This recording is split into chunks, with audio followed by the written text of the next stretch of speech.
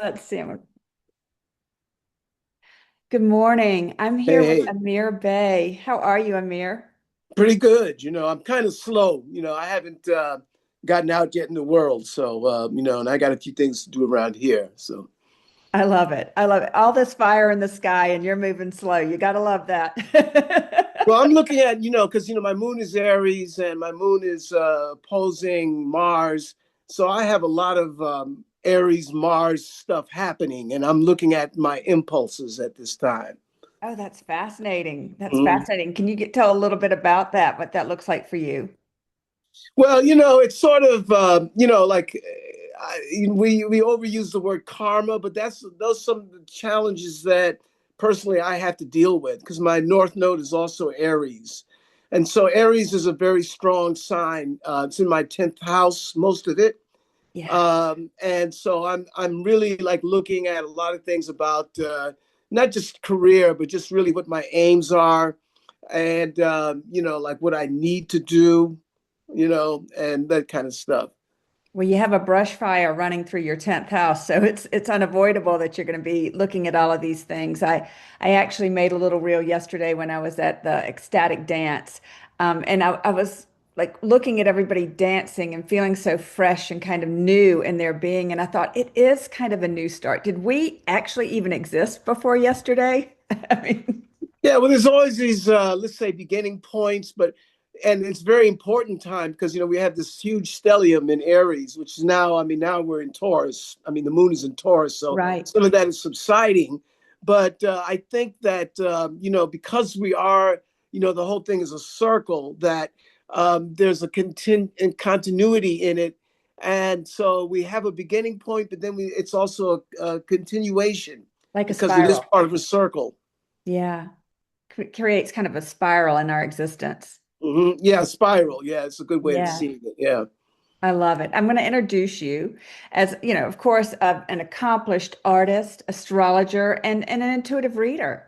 And you have made such, I mean, I see all the masks behind you. You've Mhm. made an incredible bridge between it's like symbolism, divination, and actually lived experience. Mhm. Wow. You're best known for your distinctive approach to coffee grounds reading, where you move beyond traditional, I can't even say the word, tessiography. Tessiography?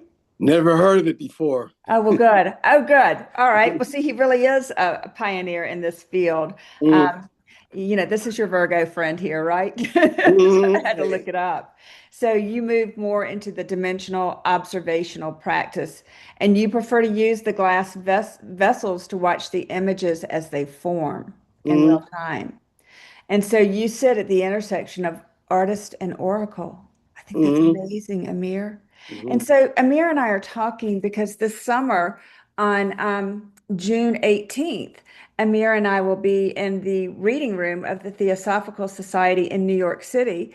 And Amir will actually be teaching us about reading coffee grounds, where each of us will have an opportunity to brew the coffee, and you'll give each person a reading. And then Mhm. they're also having the opportunity to test it out themselves under the master. So Mhm. um, I'm going to let you kind of speak what you want to speak, and then I have some questions for you. Mhm. Well, one thing that okay, some of my sign, I have Aries and I'm Pisces, but I have also stellium in Aquarius, and so Hmm. I'm always looking. I just can't help. I look at something and I think, well, what if, or hey, let's try this and that, and so a friend of mine went into an antique store and brought back some glass cups. And I thought, wow, this really gives three dimensionality to the reading. Because if you look at some of the more traditional cups that are used, like in Turkey, they are porcelain. And so you can't really see the other side. And when it's cooling, because you see, you turn the cups over so that they cool, the image is cool, and you cannot see them as they are forming. And so this glass cup really, I'm looking at them saying, well, this is the guardian spirits. I can actually see them as they form their messages. You know? Mm. And this is something that was very different. And then so I'm looking at it, and so it gave three dimensionality, but it also gave activity to the images. You could see them, that they were alive, that they were moving, and then also changing. So that, let's say if you had something like a mountain, right? Right. But then you see the mountain is then changing into maybe a person who's walking, so then the message then is kind of evolving into something. And that's part of the story, because when you're doing a reading of any kind, it's really storytelling. Yeah. You're putting together things like, whether it's tarot, astrology, or whatever, you're putting together a kind of tale. And so I'm looking at that, and so then I followed it first with just the cups being glass, but then I have a friend who does glass work, and so I Mhm. had him do some saucers for me in glass, and then that way I can look at both sides of of something. I Yeah. could point to them. I could say, well, here you see this eye in this figure, and it's pointing this way, and I don't have to turn it around. So that's how I got into the glass. Now, as far as I know, no one uses glass. This is like something that I evolved into, how I look at it, and so I'm, in a way, I'm sharing that. I've only done a couple of workshops using the glass and showing people. So in this workshop coming up in June, I intend to go into that in more depth, like explaining, what the differences are between the porcelain and the glass, and then showing how the images form, and then finally doing readings that way. Amazing. I think it correlates so beautifully with being an astrologer, because you look at a chart, and the chart is that moment of our birth. And this is a blueprint for how we are. But that chart is always progressing as we look at a secondary progress chart, as we look at the solar return, as we look at the transits as they apply, as we look at a relocated chart. We're always evolving and changing. And so your process really does seem to take into account the fact that there's movement. It's not just a static story, there's movement and Mhm. evolution, is what I'm Mhm. hearing. Is that correct? That's correct. And actually, of all the different forms that I've studied, occult forms that I've studied, well, I began with Tarot way back when I was like 18. And then when I was 20, going on 21, I discovered Dane Rudhyar. Oh. Oh man, I just could not. I mean, like, astrology had so much breadth and complexity to it. Mhm. And so that's what really hooked me into studying astrology. And then later, well, around that time too, I was studying I Ching, and other forms. And then, so coffee reading is like my most recent discipline Mhm. that I've studied, and I began that in 2001. Amazing. Um, but one thing I see about coffee readings is that it's of the main three that arts that I practice, astrology, tarot, and coffee. The coffee is the most like dreams. We have these images that are like really difficult to remember and get a hold on, and then it goes in. It's coming from somewhere in our psyche that is so like mysterious, but also very unique to us. A dream, a vision that comes from the dream. And Mhm. so coffee images are very close to what dream imagery is like. And we're delving into something that's kind of very deep and very unique to us when we're looking Oh. at a coffee reading. Well, Amir, you may or may not know that dream work is very near and dear to my heart, and that's something Mm-hmm. I'll be sharing at Omega over the weekend, is dreaming with the planets. And I'm in the final stages of perfecting an app that actually allows us, called Hexa, and Mm-hmm. it's modern technology or it's technology for the modern day oracle. Mm-hmm. But that dream work is so profound. What degree is your sun in Pisces? 0 degrees 32 minutes. 032. Okay. Okay. Mm-hmm. It was interesting because I have a 12-degree Saturn and my IC is 19. So and Chiron is 20. So, it's interesting wondering where we intersect with the love of the dream, because I can so clearly see how the image is changing in the cup and you being able to view it through a clear vessel is very much like a dream. It's there one moment, it's evolved into something else. You may or may not be able to hold on to it, but we do know the dreams are reflecting back parts of ourselves for us to look at, for us to go deeper with. Very, very true. And this is what, in terms of, let's say, our what we might share in terms of dream and visions. You have a Sagittarius rising. Sure Where's your do. Jupiter? Jupiter's 29 Gemini.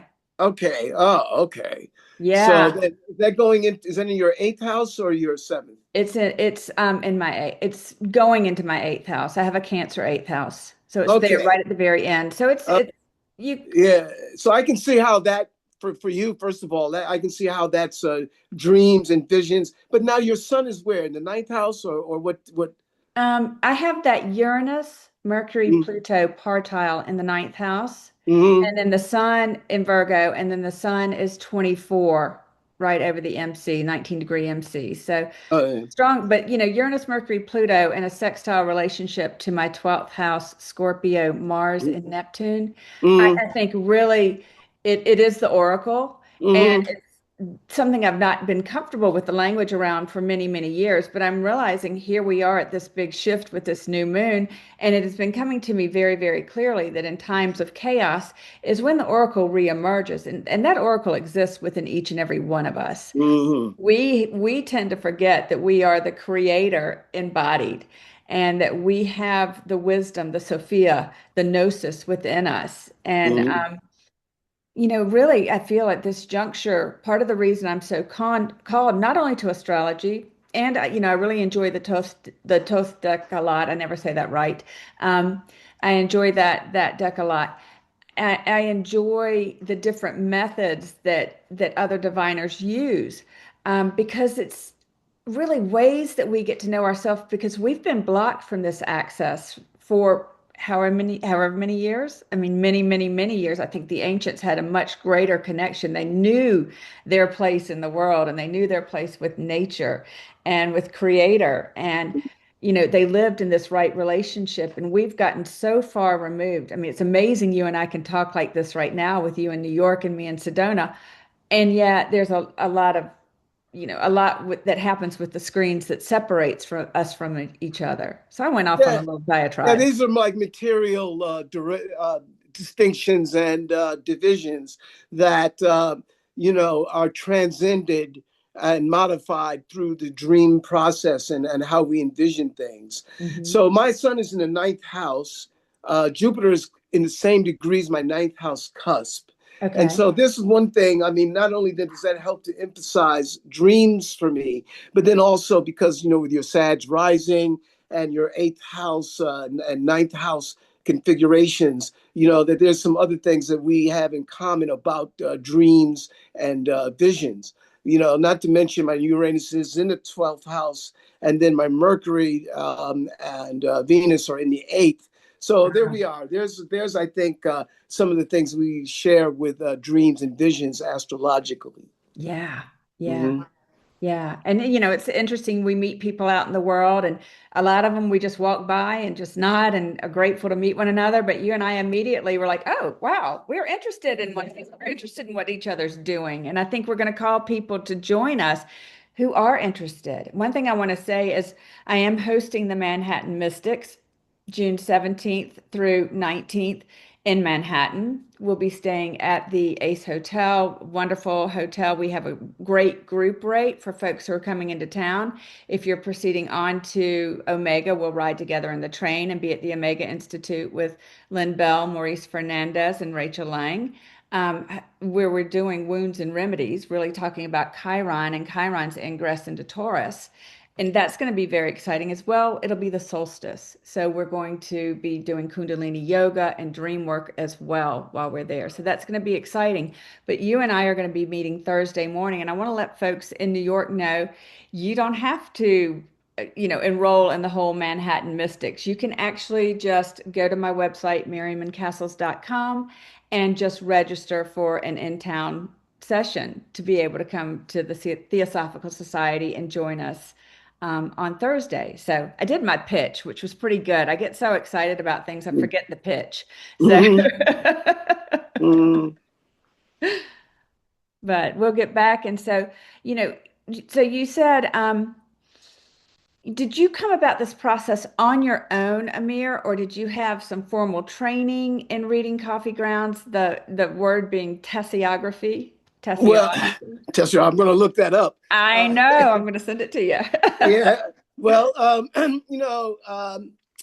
see, everything, I have to say, everything that's really meaningful that I practice, I'm self taught. Like, Right. for instance, astrology. Uh, well, first of all, with Tarot, beginning with Tarot, I just, like friends, we got together and we would do readings with each other. And then I Ching, of course, it's a very personal thing. You're throwing the coins or Euro stocks, so when I got into astrology, my friends, all of a sudden, all these books came my way. Oh, It was yes. Isn't that amazing. amazing? Yeah, and I mean, I just was studying and and very, very sincerely and devotedly focusing on it. And then finally, with the coffee, going fast forward, I had a few Turkish friends, and one of them, a very close friend who's an artist, was doing coffees, and I just said, "Wow, like this is another form of reading. Let me check this out." And then I went to actually Turkey a few times, and I had many readings with friends of mine over there. And we would read each other. Like maybe you had like 4 or 5 people, and you know how you had drink coffee together. But there, though, we would be doing coffee readings. We would pass, like maybe Hmm. the person to the left, and then the person to the left would read that person, and so on. And so I started to develop a concept, partly based on, each person who was reading it had their own vocabulary. I mean, some of them were traditional, and then some of them were not. Some of them were really just how an individual was oriented to read and do certain things with the images.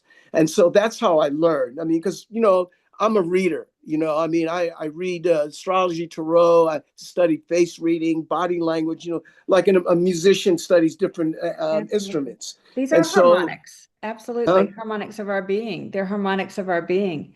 And I love one thing that you said, Amir. It really, really struck me talking about, and Turkey's one of my happy places on the planet. But, Mm, sitting around, people telling stories. Some people are very literal. They're doing it in a very traditional, prescribed way. Others are doing it through a very emotive, ensouled sort of way. And I think that's the gift of being human is, and especially at this new moon, like this remembering of what a blessing it is that we're all expressing creator in all of these different ways. And then we have the opportunity to reflect that back to one another mhm. and celebrate that. Yeah, and that's what I think, the interactions that I experienced with people in Turkey informed me that, how I could read, Yeah. but I already had, at that time, I already had almost 30 years experience as an astrologer. Wow. So, and then, and at that time, I had already begun designing my own tarot deck. And so, which is another thing. I'm just as I'm doing coffee readings with glass, I began to create a tarot deck based on carvings that I did. And Amazing. so that's kind of my approach. If I can invest myself in something, then I have a lot of confidence in developing it. Oh, and looking at your art, speaking of your art, it is so incredibly expressive. And, especially the Venusian qualities that I pick up in a lot of your figures, like the Venus de Milo seems like she may be an inspiration for you. But Mhm. that the tell me about your art. Tell me more about your art because it's just incredible. Well, it's very interesting that, first of all, that I understood myself as an astrologer before I really understood myself as a visual artist. Hmm. And I think that part of my evolution is really not knowing certain things about myself, Oh, understanding it in a very clear way. And that has to do with one, I have 6 planets that are retrograde. And I also have a bunch of inconjunctions, including a couple of finger of destinies, which also means that it's not really evident in the right. beginning Yeah. who the F I am? What am I doing? Like, Right. and then, and so slowly, I mean, even now, I'm still discovering things about myself and my approach to life and art that I didn't really say or recognize. Oh, this is who I am. This is what I am. But I understood myself as an astrologer in the sense that I would tell people that, and then they would ask me to read for them. Mm. And then it wasn't until later, my brother said one day, he just said, "You're an artist. Forget about it. Forget about thinking about that you're anything else." Like, in other words, he's just saying, what do you mean? Yeah. And so I had to understand, oh yeah, I guess I am. I'm making all these things. And my focus on my art, it has a lot to do with masks and faces. Uh-huh. And if you combine two very important signs in my chart, Aries rules the head, and Hmm. then also my stellium in Aquarius, which is about people. And so I Hmm. have an ongoing series, the Procession of Folk, you know, Yeah. and so this is why I'm so into like people and form. I mean, those kind of forms and communicating through the face or about the face in my visual work. But then also in terms of like people and in terms of reading people. So Right. I have a lot of ways that I can approach a portrait of Right. someone. I mean, I can do that through the occult, like astrology. I can do that through or carvings or visual stuff. Hmm. So people are kind of my focus. Yeah. But so that's my evolution, though, is like a discovery. Like my most recent discovery is that, performance art, Right. like for a long time, I didn't really understand that that's what I could do. But Right. then it combining it then with the rite and ceremony of like a new moon, doing something special for the equinox, but using a visual like tools or approaches to it. And so that's kind of what I am. That's how I discovered and I'm still discovering. And that's the most beautiful part of all, continuing to discover, continuing to discover. And you gave me a really neat perspective on your own astrology with all of the retrograde planets and in conjuncts. I mean, it is this review and adjust and review and adjust and shift and to how do I really get to know myself and look from all the different angles. And of course, having those fingers of God in there is really a beautiful call to your higher self, I think. And Mm-hmm. one thing I'm hearing you say is how important, like, even the geometry is, bringing the geometry into your artwork. I mean, as you're speaking about just the nature of your chart, I'm seeing the geometry of your chart there that's compelling you. Mm-hmm. Yeah, like that's my interest. And then you see other occult forms, they don't necessarily or ever really conflict with other ones. Mhm. And so I had a reading, Santeria reading years ago, and one of the main deities was Obatala, which was he fashioned humanity. This is one of his roles. He creates, and this is what I'm doing when I'm doing mass. I'm Mhm. creating. It's like I'm going into humanity. Or I paint, like I'm using Sumi paintings a lot, and I very quickly improvise a face, Yeah. and so that's what I'm doing. That's sort of like my role then as a kind of creator. And I'm not saying this like I'm a creator of humanity, but more No, like I think you humanity are. beckons. Mhm. And this is what drives me or what interests me. And this is why it's very easy for me, like when I'm painting a Sumi face, that a face will just come out and people will say, well, where's that face coming from? So I don't know. Maybe it's coming from a face I saw in the subway, but it's Right. coming from somewhere inside of me. And it's a creative act for me. So beautiful. So as you're going to be actually teaching people how to read their grounds in this Hmm. workshop. Hmm. You'll be teaching them how to read the grounds. And so along the way, how do people learn? I teach the way I teach astrology is I teach the astrology with the Akashic records. So my students are learning both together. Hmm. And, we're opening up the records and we're really feeling into the planets as much as we're learning the academic portion. Both are there. Kind of similar to what you said about being in Turkey. And anyway, how do people learn? Because we do talk about how do we learn to really trust this knowing within when they're reading their own cups? Well, first impressions are the best. Okay. Do not be afraid if you see any image to follow that image. Like, like if you see a mountain, Hmm. and then maybe you see like the head of like a wolf. Hmm. But see, as the coffee ground is going down, then you're starting to see more of this wolf. And then you see behind the wolf is like a forest of trees. And instead of like, oh, I don't know if I should say that, or what Right. am I being crazy? Instead, just say, oh, I see a wolf, and I see that, and then I see then that the forest is coming out of this forest, and the forest is becoming more visible, but then the wolf seems to be coming out of it. Now, when Mhm. you're reading that to somebody, they're actually going to understand what that means better than you can because they're Right. going to feel it coming from their life. Right. They're going to say, oh, yeah, that's such and such, Hmm. Or I did a reading for somebody recently and they were kind of nervous about performance that was going to happen. And, but then, the reading, it said that, yeah, there's a person there who's kind of not overbearing, but very kind of dominant. And, I didn't really know that this person was going to have a performance, but I'm just reading the image. Hmm. And then the person just say, yeah, that is this, you know. Right. And so we have to follow when we're doing readings, we have to follow what we see because just like in tarot, the cards never lie. Maybe Right. you can misinterpret, but the Mhm. cards are there. So if you stick to the cards, or in astrology, if you stick to the planets and their interactions, then you're going to be correct. You're going to be Yeah. accurate.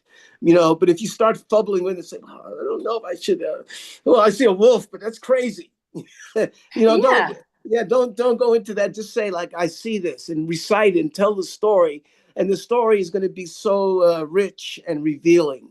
And so I'm Yeah. going to encourage people then to look at the images. But in this case, though, because I'm actually teaching something, I'm not going to ask them to read. Instead, I'm going to demonstrate. I'm going to say, well, look at these, and I'm to yourself say, well, what does this look like? What Right. does this remind you of? But then I'm going to do the interpretation because I'm going to show how you can approach these images and how they change, and then how they can relate. You know, and Hmm. there's another aspect about coffee readings that I think is more true with coffee readings than tarot or astrology, and that is it is less finite.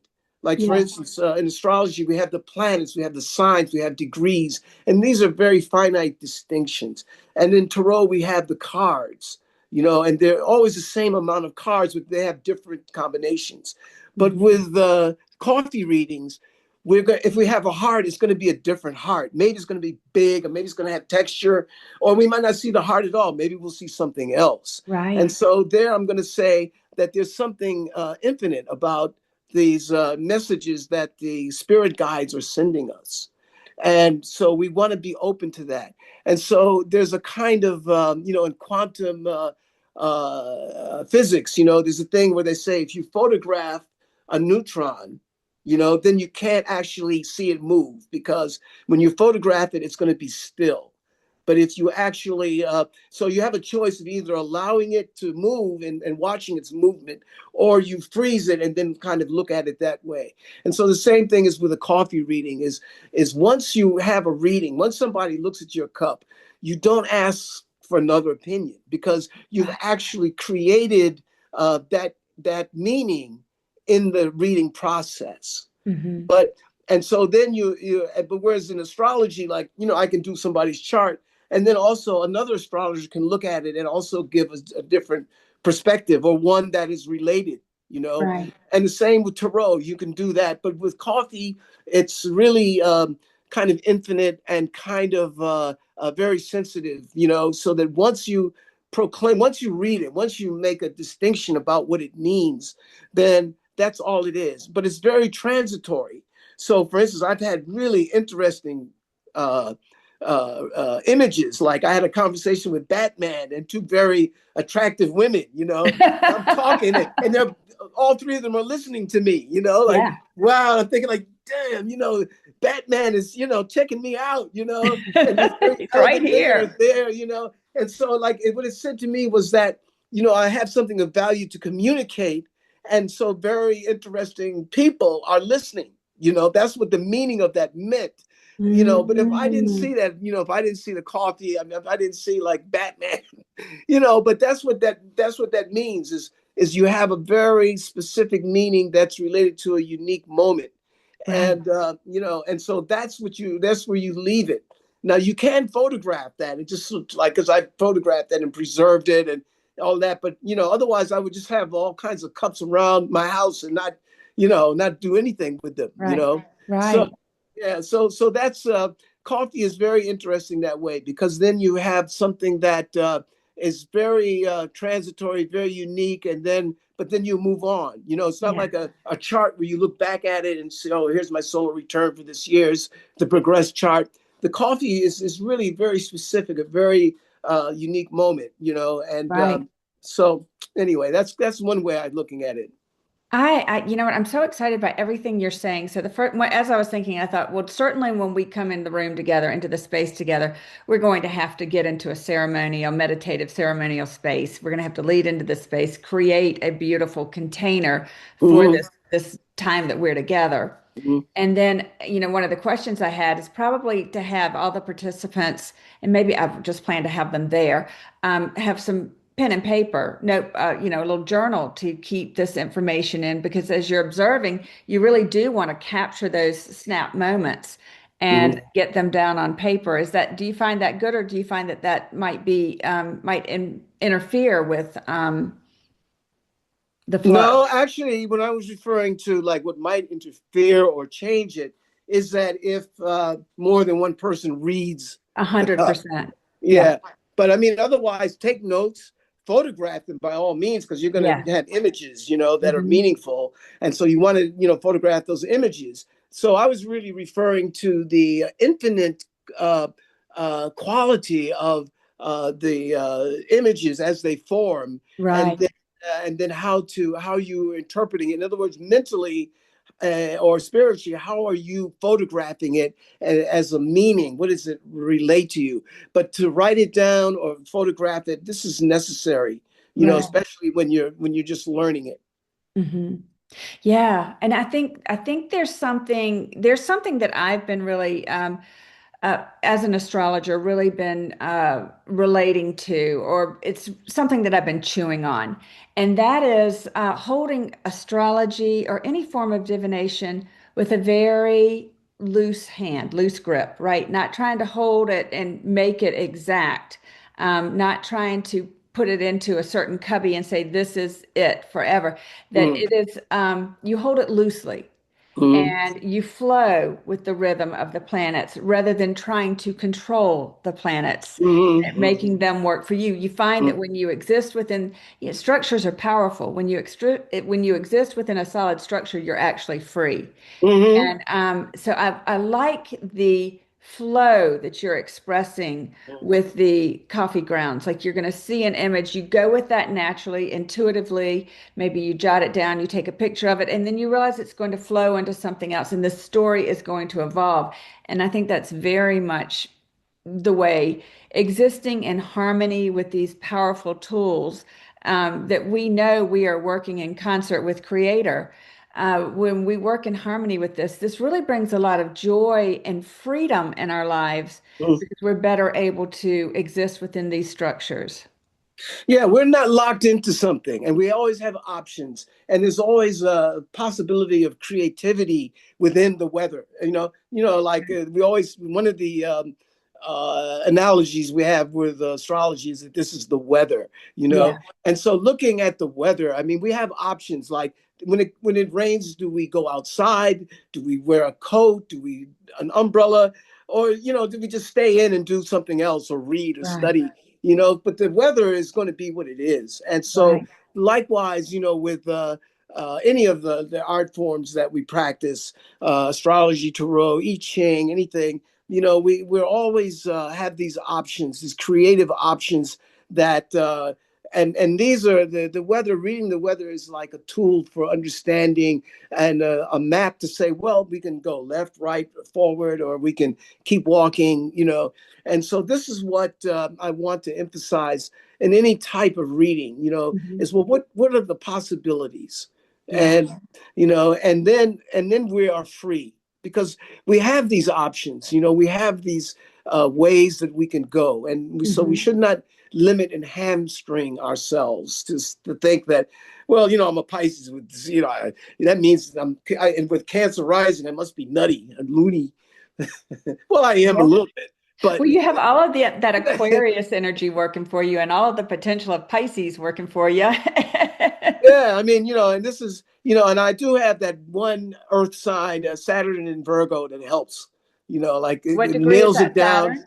in the fourth house, like, so it's really like it's there saying, like, okay, like you need a little bit of lead, for all this other stuff, the sky stuff that you have. Yeah.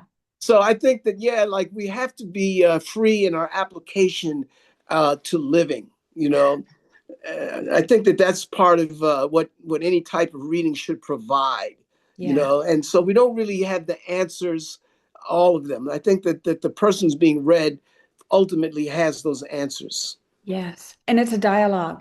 So what degree is your Saturn? Saturn 17, Okay, so Virgo. it's on Yeah, my Pluto yeah, and yeah, on my Mercury. yeah, yeah, Yeah. yeah. There we go. Yeah, There we Saturn go. is very busy in my chart because it rules my seventh house and my eighth house cusp. Right. So there's two cusps that it rules, plus it's in my fourth house. And so it really, you can almost say, well, it kind of governs the fourth house, because it's so close. It's just 2 degrees away from my fourth house cusp. Hmm. It also plays a role in a yod that I have. And my yod is like Pluto and Neptune. And so the MC is really the furthest point between them.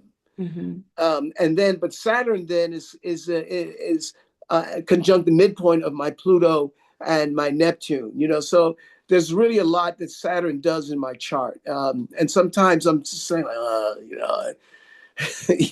Saturn Ah. can be very heavy, but then again, it provides a kind of countermeasure. Hmm. Hmm. Wow. Mhm. Amir, this has been so much fun. So, we're going to provide the cups for everyone, so they're not going to have to worry about that. And I'll also have a journal there for folks.